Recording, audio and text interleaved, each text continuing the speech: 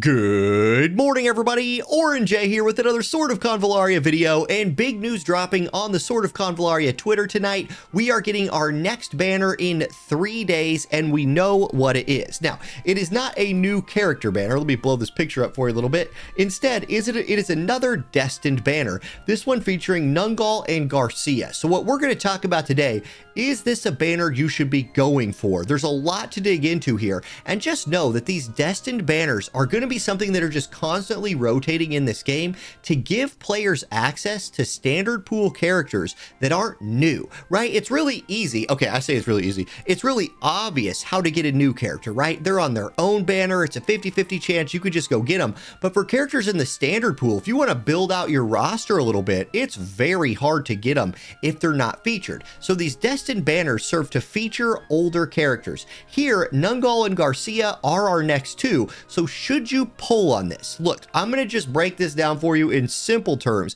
and then I'm going to go a little bit deeper and actually look at their kits a little bit.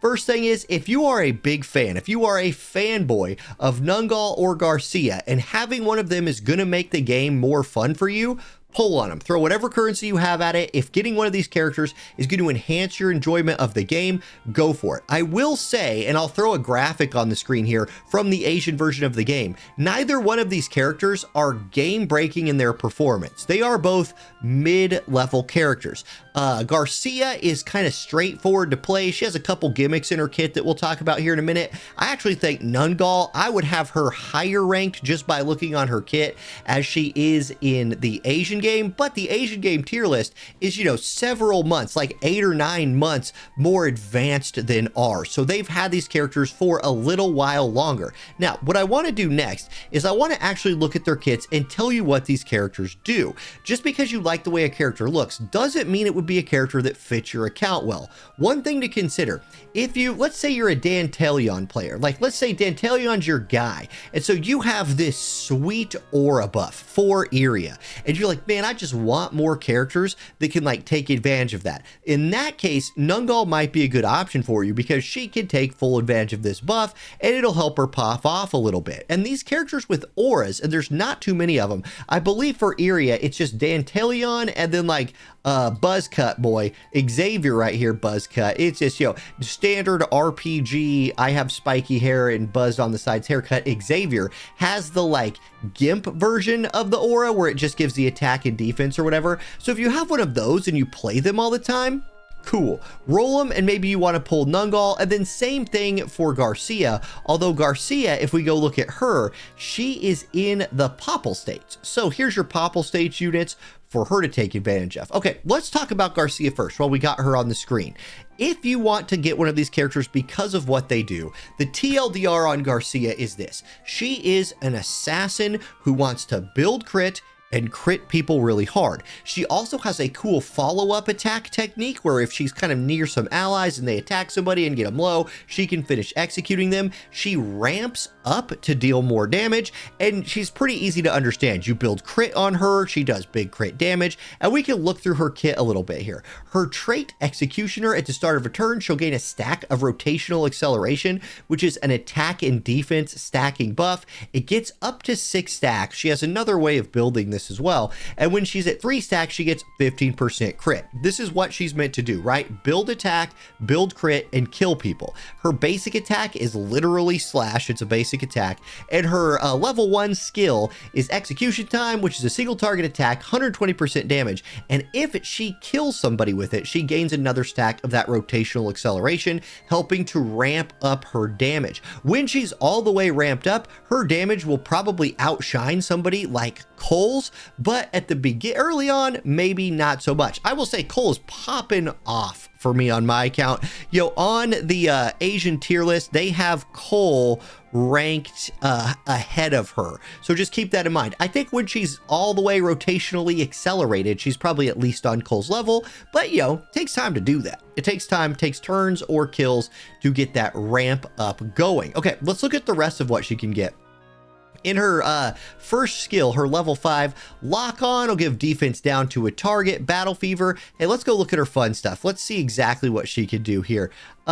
She has hookshot and she has a better version of hookshot. So you've definitely run into hookshot a lot of times in this game. Something she can do with spinning blade, she can actually do hookshot and it deals damage and recovers energy. I think that's pretty cool. And then Lone Ranger, she has a buff where if she's kind of alone on the battlefield by herself, she could do a little bit more work. Now, Fatal Reaping is one of the things that I thought was really cool about her. It performs assisting attack, which means prepare to launch an attack on the enemy within a certain range. When the target is under an ally's active single target attack, attack it simultaneously. So she has an assisting like follow-up attack. So if an enemy was within 3 tiles of a cross-shaped range around the character is dying after being attacked by a character's allies, and dying means 30% HP or means 29.9% HP or below, the assisting attack deals piercing damage equal to 50% of the target's lost HP. It's an execute. She's basically going to help you execute low HP people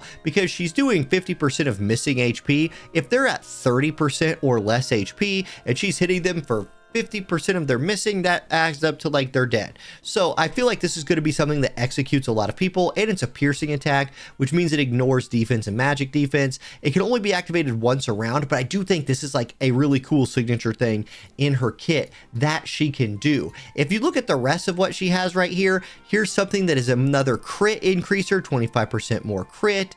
Her big skills, her last ones, Hidden Executioner if there's no ally within 1 tile of the target before attacking. So kind of like if somebody's isolated, let's say, she inflicts isolate. Boy, I should have just read that word, which makes them immune to their aura effects. That's cool, but I just don't know if it's like game changing. It will knock a lot of defense off characters, which is nice, and they can't dodge. It lasts for 2 turns and happens once a round, or she has a big AoE damage attack that once again boosts her crit. So Garcia is pretty simple to understand, wants to crit people, lots of good single target damage. Think about like once she's ramped up, maybe being on like Cole's level, although Cole, again, a little bit, hey, I've been really impressed with Cole. Garcia does look really cool, and she's got her giant spinning blade. I don't know. I think some people will pull for Garcia because they like the way she looks. Now, the better character, in my opinion, on this banner is Nungal, because one thing that just scales forever is range, and Nungal is going to be the queen of range in this game. Also, she's not holding a rifle. She's holding a crossbow with a scope. I thought it was a rifle too, but it's a crossbow with a scope. Now, let's look at her trait. Her trait is Luxite Crossbow. This is really OP. Really OP. Changes the character's physical damage dealt into magical damage. Y'all, magic damage hits hard in this game, and right now, magic damage hits really hard. Like, you have to build specific gear to be anti-magic damage. All these auras, all these buffs in this game that give defense and attack, hitting people with physical attacks gets mitigated quite a bit. And that's why there's like physical defense penetrations in this game right now. She does magic damage with her physical damage, so I think that's probably pretty strong. For each 1 tile between the character and the target, increase her damage by 3% up to 30. So if she's 10 tiles, think about that, 10 tiles away, which you're like, yeah, right, how's she gonna be? Oh, you'll see, she can do it from 10 tiles away.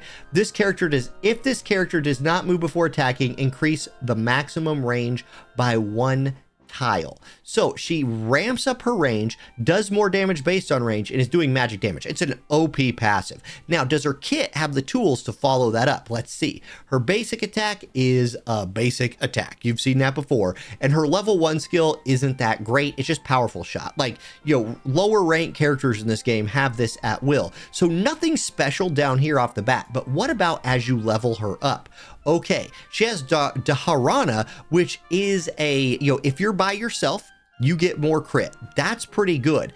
And I don't like full draw very much. So after casting the skill, basic attack damage goes up and you don't recover energy. So she will give herself more crit if she's far away from people. Her kit, as you're going to see, is all about being far away from people. Then at rank 3, she has Deadly Aim, single target attack that prepares for 1 turn. She does have a way of turning this preparation off later, but I'm not sure it's worth it. If she attacks somebody with the Hanged Man's Mark, and she has a way of applying that as well, increase crit by 60%. That basically guarantees you a crit. Don't know if you need that, but she has a way of essentially guaranteeing a crit with Deadly Aim. Sniping Stance, now this is money right here.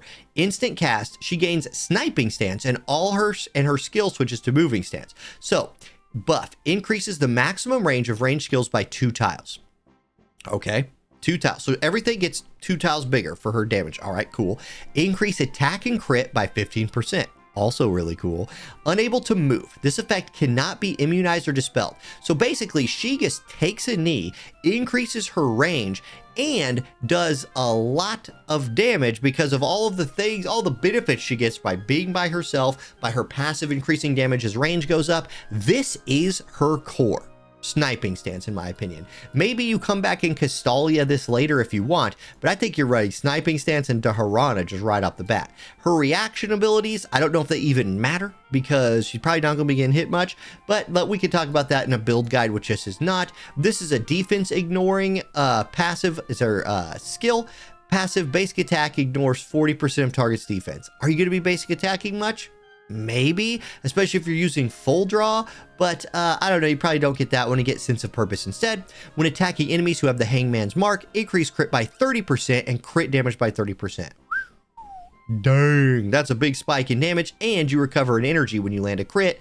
A lot of stuff to like about that skill right there. With her basic attack replacement, Fatal Attack is 100% physical damage with a boost in crit damage. I do like that. Marking Bullet, this is the one you probably take though, because this will allow you to apply the Hanged Man's Mark and nerf movement on the enemy. Knock their move down by 1, making it harder for them to gap close on you if that is what they are trying to do. So Marking Bullet is the way to go, I think, to apply that Hangman's Mark, unless you have another way of reliably applying that some other how. Okay, Eagle Eye, instant.